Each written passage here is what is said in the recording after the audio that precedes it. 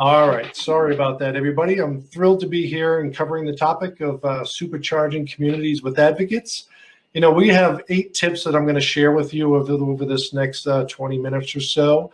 And, these are tips that come from our customers across the Influitive community. But that doesn't mean you need to be using the Influitive platform. So hopefully you can leverage any of these tips to help get your community activated.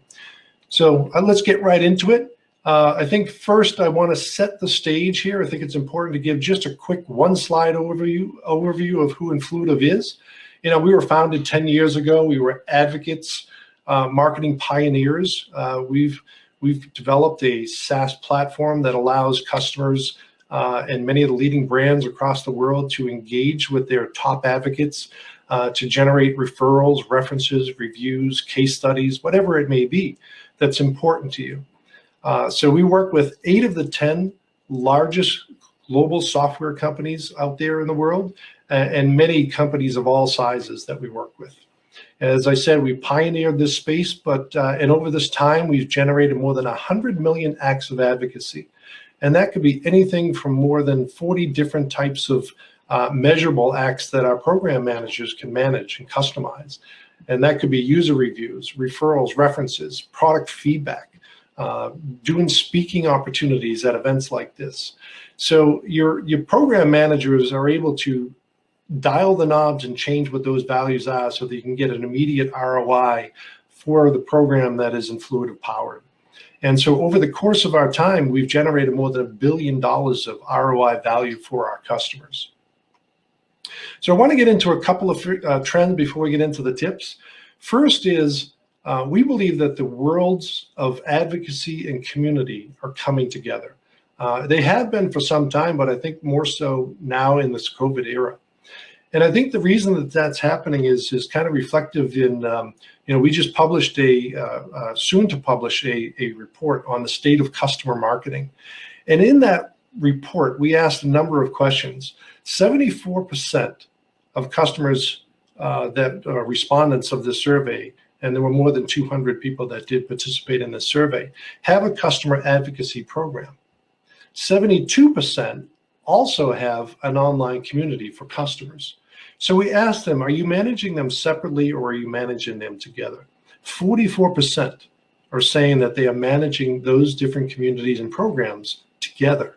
For those that are managing them separately today, 30% are either considering or in the process of bringing them together. So, whether COVID is accelerating that and consolidation because customers need to reduce the cost and complexity of their technology stack, or they want to have a single digital community for their customers to streamline interaction and engagement, whatever it may be, you should reach out to your marketing, product, CS, CX teams and be proactive about what would it take, what would it mean to bring the two together, or should they stay separately managed? But there's clearly a trend around these things coming together. Next are 3 game-changing business trends that we feel are important, that really accentuate the need for making online communities so important, especially in today's digital age. First is a report that came out by G2 that marketing isn't trusted, and it really pains me to express that, but 7% of SaaS buyers said that marketing is trustworthy. That is second to the bottom of the list. So, when it comes to that, I think the counter there is, what do customers crave? What do prospects crave? What do your community members crave? And that's user generated content. It's so much more valuable than what marketing or other groups and departments produce. Second trend is engagement is imperative. So Salesforce recently published a report earlier this year where they say 64% of customers expect tailored engagements that are based on past interactions. So, you can't have just a discussion forum only. That is good for a start of a community, but you need to go beyond that and provide the right information at the right time based on where that customer is in your buying journey and in their journey with your organization. And so communities have a great opportunity to to bring that information out, to provide ongoing engagement throughout the life cycle of your entire customer base. Third is experiences matter. So the internet and smartphones really created the consumerization of IT. And what does that mean? It means that everyone just expects things to work. They expect technology to work. It doesn't matter how complex it is, they just do expect it to work. But that doesn't just apply to technology. It really applies to every facet of your organization. And so your online community is as important as your products and services. And you really need to be able to look at it in that way and create those engaging, rich experiences that create positive impressions and positive experiences. This same report said that 80% of loyal customers who love their brands are willing to walk away based on one bad experience. So there is a real great opportunity to continue to motivate and engage with your customers in your community. So tip number one, create prestige using badges and levels. This is a really simple thing, but a very powerful thing. Your customer advocates are your 9s and 10s on an NPS scale, and they love to show their support for you. So make sure they are badged in such a way that they look special in your community, because they are special. They should stand out. And make it clear on how they can participate in the community to achieve higher levels of stature and get higher levels of rewards and recognition. And that recognition doesn't have to be swags or just gifts. According to Forrester, there are 4 different types of advocate profiles. You've got your educators, your validators, your status seekers, and your collaborators.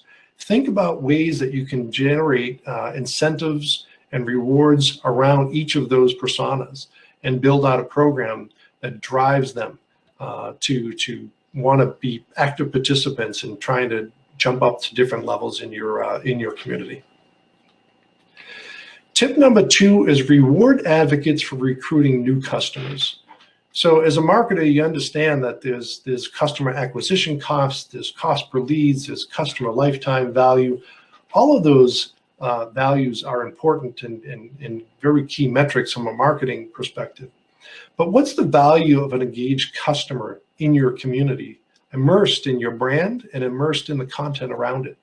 Once you understand what that value is and put a value metric on it, then you can really reach out to your advocates and develop a campaign to do a competitive new member drive and create that competition, create a leaderboard, and let them see how they can rise up the ranks and drive new members into your community. Your advocates are your best marketing and salespeople, so leverage them. They'll do a much better job of generating new customers into your community than your own organization. Next is create mentorship opportunities, and tip number 3. So networking and professional development are key benefits of a community. And I think Ceridian, our customer, is a great example of how they do their mentorship program. They are in the human capital management space. They're a software company, and they view their customers as partners, not as consumers of products. And really, they've built a community around engaging customers personally to advance them professionally. And so it's a great opportunity where you can bring this into a single gamified fashion in a forum and allow members to connect with each other, ask questions, get help, get to build out their network. There's lots of different ways that you can do that. And once you have these relationships, you now have people that you can trust, peers across the industry that you can trust and are comfortable reaching out to, expressing their concerns, their pains, their challenges. And it's a great, rewarding, fulfilling exercise for both mentors and mentees.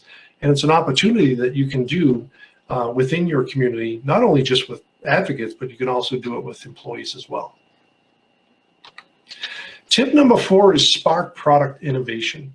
So you're probably already using your community for gathering together product information. And of course you can and should, but why not consider using your advocates to stretch the minds of all of your customers about new and better ways to use your products and services?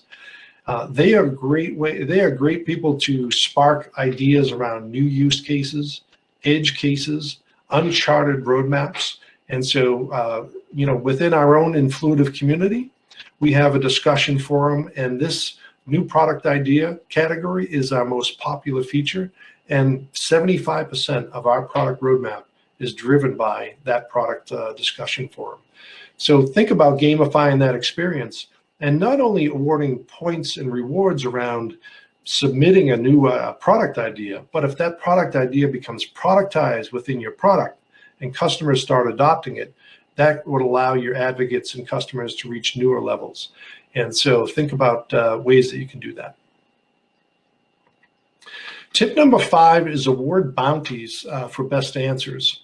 So IBM has a number of public forums that are running on Salesforce communities, and we work with their security division for running, putting together their advocate community and creating a very vibrant community around their advocates.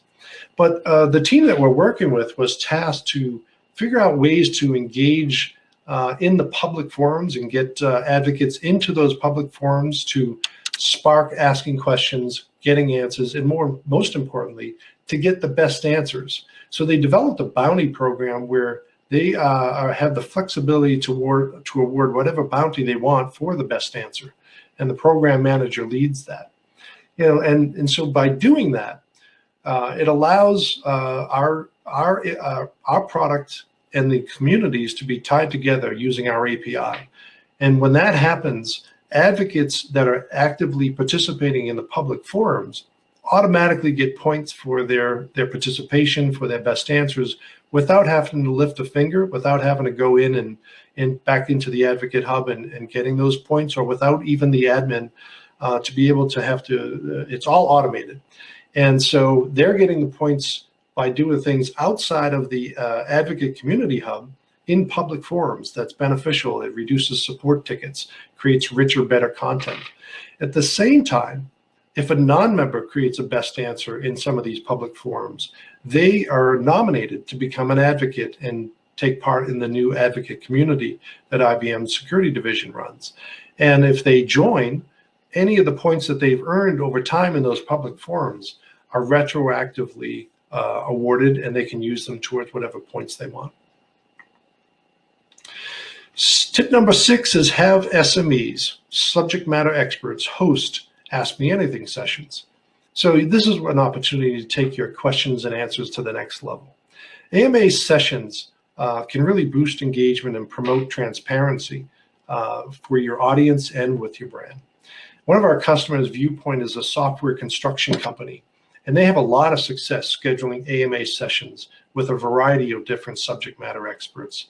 And what they do is, and what you can do as well, is pair those advocates, those experts, with product team members. It's a natural fit, and it is quite the draw to get people in and have these live discussions going on in your discussion forums. And it creates great content that can be consumed at later times and create further discussions well after those AMA sessions. Tip number 7 is to share products and tips and successes. So customers are more attentive to their peers than your marketing team and what they might produce. So why not package up those product tips and successes and make them available inside your hub? Advocates are they're more than willing to write blog articles, do how-to videos, share their success stories and how they do workarounds or how they solve problems. All you have to do is simply ask them, and they'd love to be recognized and rewarded and show them that they're a hero and an expert in your community. That gives it's a great two-way street that is rewarding. You can consider featuring customers on a weekly or monthly basis in your community, and you can incorporate open questions and quizzes and polls to see what that advice that the advocates are sharing, how is that viewed? And that can spark even more engagement. And you can even tie that into networking and mentorship opportunities. Lastly, the last tip is show care and passion. So 2 of our customers do a great job of this. One is Jamf. Jamf is a software company that specializes in automating IT tasks for Apple products. And we have a very passionate program manager, Jenny Asaba, who, as part of a celebration of their community's second birthday, she created a very personal video that she asked a bunch of advocates on how how they have contributed to their community. And she asked other advocates in the community to provide kudos and tips to others about and recognize other members on how they've contributed to make a richer community. She packaged that all up and shared that online inside their community. And it was just really rich content that everyone enjoyed seeing because they love being recognized.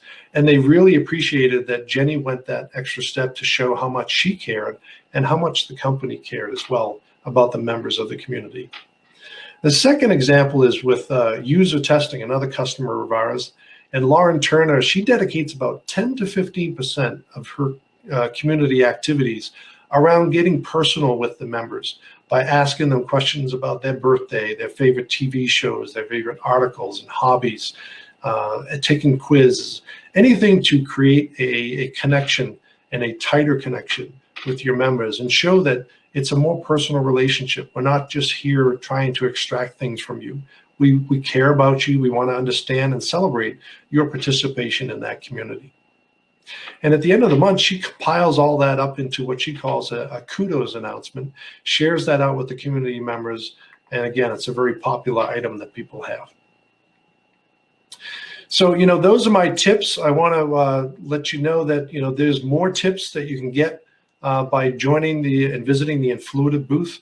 Actually, at the top of this hour, I'm going to be joined by Nick Venturella of Ceridian, and he's going to talk a little bit about how he is growing his 8,000 member strong community.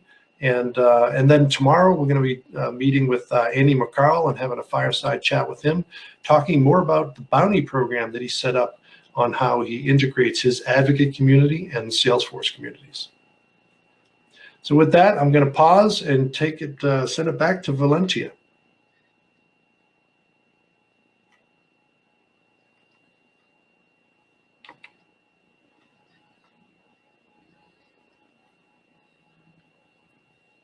Valentina, are you there? I am here. Can you All see? Right. There I am. Thank you very much. Please give a big virtual round of applause to Dan. Here comes your clapping.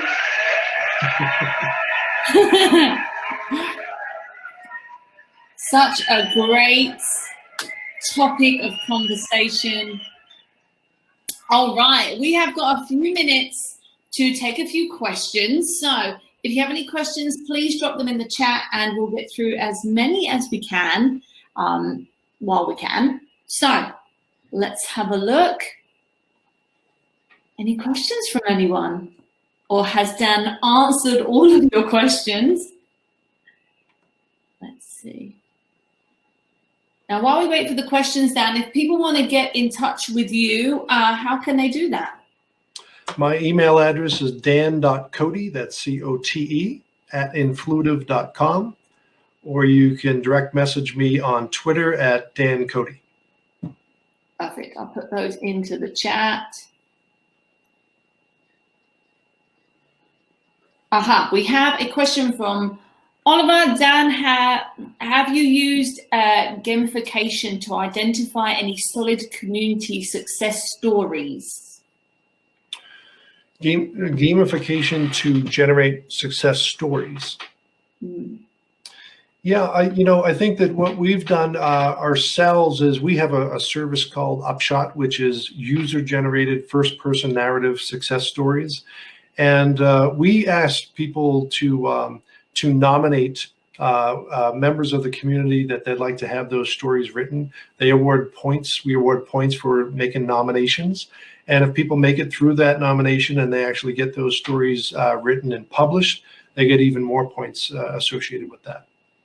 Nice. I love a point system. I'm a big point system lover myself. Okay, we've got a lot of questions. Let's see. Sarah or Sarah, apologies if I say that wrong. She'd love to hear more about the different types of rewards for differently motivated people. Yeah, so if you think about advocates who might be status seekers, they're looking a little bit, they're thinking about their LinkedIn profile, their career and how they can advance their career. So they'd be motivated by speaking opportunities, by having one-to-one sessions with maybe an executive in your organization, by doing a video success story or a video testimonial, anything that allows them to amplify their own personal brand. So think about what are the assets that you can create that they can share on their social network. That's one way you can do it. Others might be validators is another one that Forrester classifies as an advocate that is interested in and really appreciates validation. Well, you can give them early access to a beta program, give them the right of first access to some features, and let them be exclusive opportunities to be able to do that and share that feedback with product teams. They really value that over anything else. It's not swag that they're motivated by, it's that exclusivity club that they're part of, and being able to essentially shape a product and shape how our product roadmap is developed. No, definitely, I completely agree. All right. Here, Lisa says, if advocates take the sash or badge and think they are better than others, how do you ensure they remain humble? What was take the what badge? The sash or the badge for a particular reward or whatever they've earned as a community member. Well, I don't know if you can really control how humble they are. I mean, you can certainly put whatever badges you want to have in place. Like, it may not be the volume or the quantity of badges. You may want to have something that is, as a program manager and architect of the badges and levels, you may just have, you may put more emphasis around the levels and have fewer badges at each of those levels. So it's not that the advocate is just piling up the number of badges and looks like they are better in the eyes of just from a badge perspective over someone else. But I think it really boils down to advocates are not braggadocious. They're just really passionate about your brand. And I think their authenticity and genuineness will shine through in your community. Definitely. All right, there's lots more questions, so let's keep moving. I hope I say this right. Beeline or Beeline, I'm not sure. How do you avoid the pitfall of your gamified community becoming only driven by people getting the points, especially if points can be redeemed for gift cards, etc.? Yeah, there's absolutely there's going to be people that are going to try to gamify the system, and what we call them badvocates. So they're only motivated to generate complete activities just to get the rewards that you might have in your catalog. On the flip side, you can control that by presenting content that is going to steer them in the right direction and steer the proper behavior we want. That's the beauty of our system, is our platform is built on targeting, personalization, gamification, and rewards. They're all tied together. And so if someone starts taking activities that you look at as suspicious as they're just doing this and they're not really giving concrete information around the activities you want them to do, you gotta privately call them out. You might even want to freeze or hold their accounts. So there's things that you can do versus just letting them go rampant. Perfect. Oliver's just got a follow-up question to his previous one. Are there examples of those stories available anywhere that you was talking about? Stories, people sharing? Oh, absolutely. I think if you went to upshotstories.com, you can see a number of stories that are publicly available. And again, these are first-person stories written by our customers and in their personal view. So it's not about a case study that the marketing team writes. It's their narrative about why they are in the community space, why they are, how they're succeeding, what challenges they were overcoming. Great. Okay, Jennifer says, can you explain a bit more about the AMA sessions? Are they hosted within a community or are they live online events? Well, they could be live events. I think that I would encourage you to do them inside your community. We've begun doing that within our own VIP community. And they can be just live text chat sessions, or they could be live videos with Q&A in kind of a Zoom format. But I think it's advantageous to create those AMA sessions and schedule them out inside your community as an incentive to drive people in to look at that rich content and engage with that content and engage with subject matter experts. Definitely. All right. Dorothy says, what are useful rewards for points? Well, I think every company has different rewards that they want to put in. Our system allows for digital gifts, and they could be Amazon gift cards or other digital items like that they're immediately redeemable, or they could be swag items. It could be paraphernalia around branded material or gifts, coffee mugs, whatever they may be. So you got a mixture of that. Then you could also put in an invitation. You could be earning points to go golfing with the CEO of the company. That might be of high value to somebody. The cost to the company isn't so much. So that's good to have things of that nature in there. You could also have donations to nonprofits and charities of your liking, or that you support as an organization. So there can be quite the mixture there. And any of those rewards can be tailored and viewable by certain audiences within the Influitive platform, and I'm sure other platforms as well. Definitely. All right, we've got time for one more question. Colin says, hi, Dan, how do you think about different segments of community? Sorry, this chat is moving up. Different segments of community that have different goals. For example, at Airbnb, we have community members who are passionate about hosting, some who are money motivated, some like the access to leaders in the company, and others just generally like meeting new people. We are working to bring them all together, so I'd love to hear your thoughts on community segmentation. Absolutely, community segmentation is important because you're going to find some general topics and activities that you can have within your community that applies to 100% of your members. You may also deliberately want to create a segmented community, that exclusivity club for maybe your most loyal customers. And you might have content that is very specific to them and rewards and incentives that are very specific to them. So I think of it almost as a community within a community, and you can have any number of those within the Influitive platform.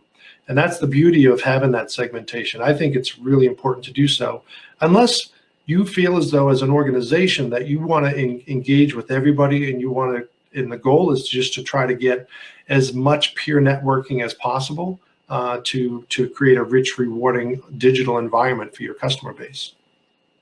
Great, perfect. Wow, that is all we have time for. Once again, thank you so much, Dan, for sharing so much knowledge about supercharging communities with advocates. We are going to take a little break now, so if you haven't had some snacks or lunch or breakfast or dinner or whatever time it is where you are, go and grab those now. We'll be back very shortly. Thank you, Dan. All right, thank you very much. Have a good day, everyone.